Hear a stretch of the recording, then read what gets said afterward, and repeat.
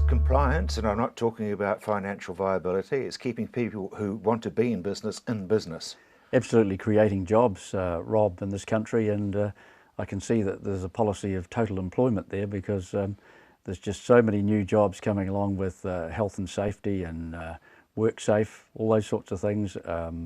Environment Canterbury, just compliance and monitoring is just absolutely huge, and some of the things that farmers and the hoops they have to go to now to remain in business, let alone remain viable, are unbelievable. I mean, seriously, people are leaving the industry because they're saying, look, I've had enough.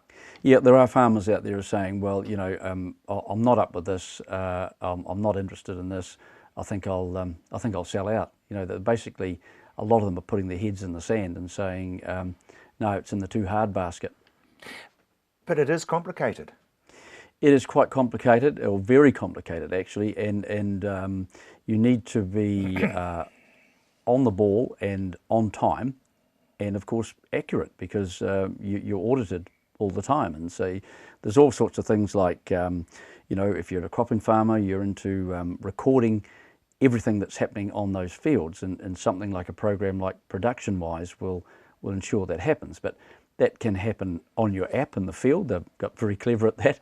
You can do that, or it's homework at night, basically. The end of every farming day, you've got to sit down and record accurately what you've been doing, what you've been using, and of course within that you've got things like overseer, which is a process where you have to have nutrient budgeting.